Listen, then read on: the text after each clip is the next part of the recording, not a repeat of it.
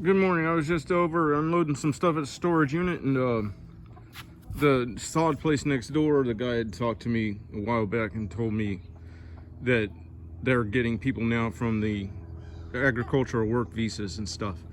And the guys that he's hiring on, he couldn't find anybody for a long time, are saying that they make more in a day or in an hour than they made in an 8-hour work day, and back home.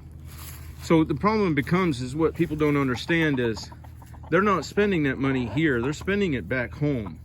And on that 1-to-8 ratio, he's paying them $300 a day.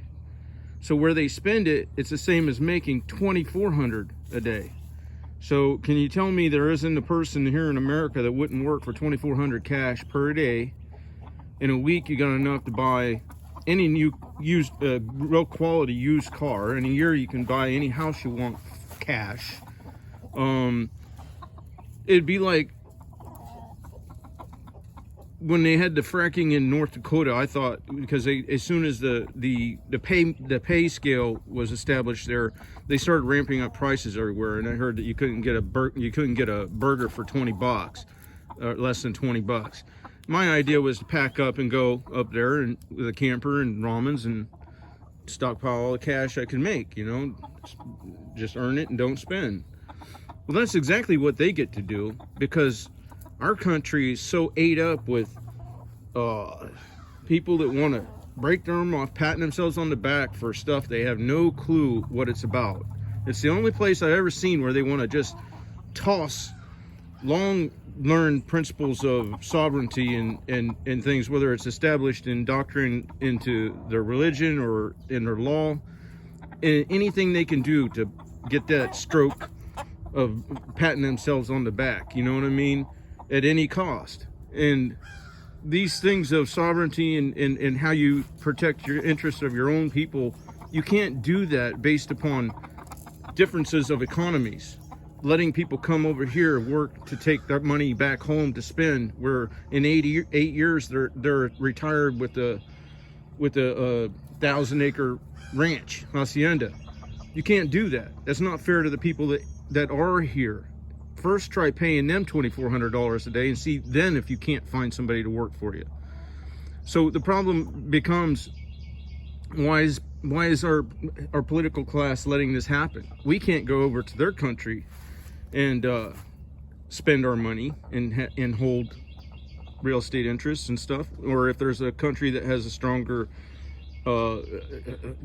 monetary system, then we can't go over there to earn our money and then save it all and bring it back here to spend. We're not allowed. We're third-class citizens in our own country. In fact, then where a lot of us are actually working to provide the money for safety net programs that were supposed to be here for our own people that could not earn and make a living and stuff in this country. So the problem is, people, why they do this is because we saw for decades that regardless of who gets in politically, we get the same result. And then we got somebody that made a result, and we saw what seemed to be some pretty screwy stuff on the election process, where it seemed like there was a big interest in who counted the votes, not how many votes was cast. So after seeing all of that, well, actually, a lot of people of older generation were checked out of the political interest when you see the amount of people that actually vote anymore. When they saw, regardless of party, there was the same outcome. It was all the same actors and all the same. Well, the lead role would change, but you always had the same background actors. You know what I mean? And then literally nothing happened. So most people had checked out already. Then some people checked back in when they seen something happening. And, as a representative government, we're supposed to have people from all different walks of life. And they may not be versed in legalese and legal speak and making sure that your sentences don't leave room for interpretation. And that's the way it goes. If all we promote is the lawyer class, then they get into power time after time, and what happens is things become better for lawyers. And then the problem is, then the only voice that they can still hold, the political class, the non-contributing third-party interlopers, is the Johnny-come-latelys, people from other countries. And they come here believing that they're going to have protections under rule of law. They're fleeing lawlessness because we have a republic. Yet we have political actors that go out and promote democracy. Do you know what democracy is? That's mobocracy. That means Bill and Bob say Tom's for dinner, Tom's for dinner. Doesn't matter if Tom's majority is out hunting food for everybody. By the time they get back, Tom's on the barbecue. That's true democracy. They aren't fleeing an election process. They're fleeing lawlessness in their society. The desired component that we have that other countries where we're getting immigration from is lawfulness. But yet we got a social construct where they're promoting lawlessness to get the people in here so they can break their arms off, patting themselves on the back to help somebody they perceive to be less than them. Well, there's problems with that. One, they're not lessers. They're smarter. They're wanting to leverage our economy to their spending power where they come from. They never give up their home country. They never truly immigrate. They never truly assimilate. So the problem is, why then do we have such a populace that's ate up with this propensity to do that? The ones that are Johnny-come-latelys that become useful idiots, the ones that are here and established and they feel bad because they're so well off, supposedly, they don't know what's coming. Well, it's because of everybody, the propensity of the news and everybody else. You can't turn on the TV without every day being somehow attempt to make feel guilty about the origins of this country. The origins of this country are no different from any other. And the sovereignty, the things that we wanted to do to protect the people in this country and the country are no different than what's being used in other nations. It's just that they don't have a class of people that are so willing to throw away their history, their true history. Now, if you really want to know the true history, you start looking at things like how America has benefited the world and how it ended slavery twice, and how the white slave trade started. Look at the origins of the word slave. Slavic origin. A Slavic person is white. Start looking at the originations of the word barbarianism. Barbary Coast, slave traders. Look at their genealogy. Don't look at it from history because they're going to screw it. They're going to skew it. Look at it from a genealogical study and try to figure out what was you figure out what race they were, because they're going to try to tell you it was something it wasn't. Okay, and you're going to find that the people who are asking and wanting reparations now actually owe more reparations to the people that they're asking from. Okay, it's in part of the problem with that is when you structure a society that's based on guilt, and the reason they do that, there's no quicker way to get people to get off of a dollar than guilt, right? And it goes to the environment too. They want to tell you that humans can't be beneficial. Well, I got to tell you, you can. There was information as to the overall greening of the planet, where we've broken the learning curve to harvest the waste product from the plants, re-break that molecule, and then let it refeeds.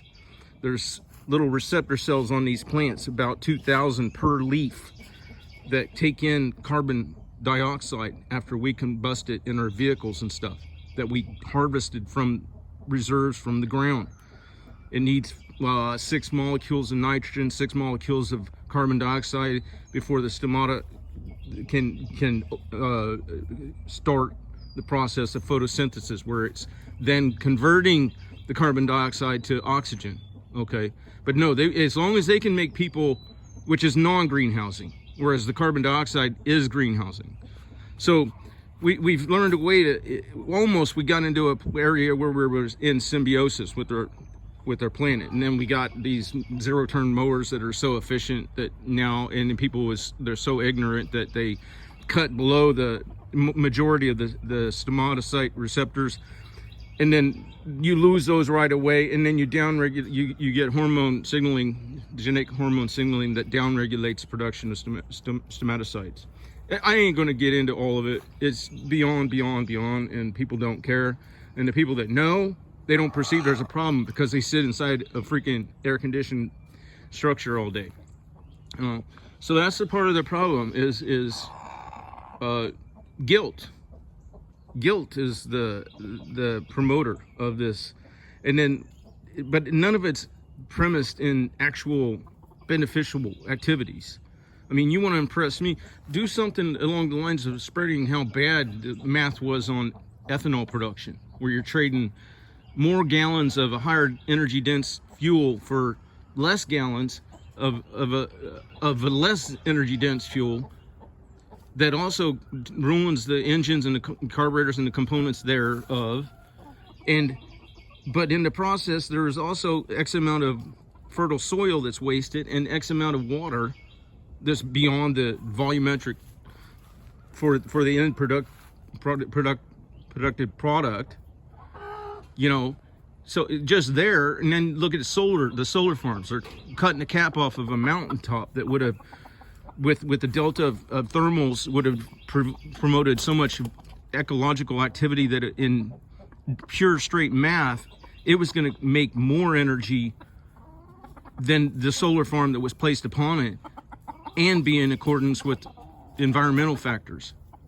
Look how much is wasted when that peak of that mountain, not only in thermals and the plant life and the animal life that would have been on there that break down and recontribute, and how they suck up the CO2 and take away the greenhouse and gases. Those peaks too, that delta, if there's clouds laden with moisture that come across there, that triggers rainfall. Those mountains are well. That's where the high streams that give you this head pressure to run your hydro dams and everything come from. I'm a little off this morning because I haven't had enough coffee, I don't think yet. Either way, it was worth pointing out. You can't do false equivalencies. You know, you have to look at the actuality of the circumstances. You cannot just say, look, dollar for dollar, these people are making less or whatever. You got to look at where they're being allowed to spend their money, whereas we wouldn't be.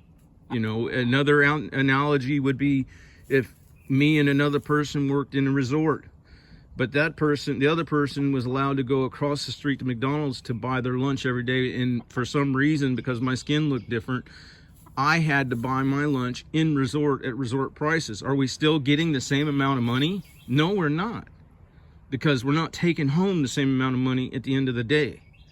Absent all other factors like, everybody comes in, oh, you could pack a lunch, blah, blah, blah. That's not what we're talking about.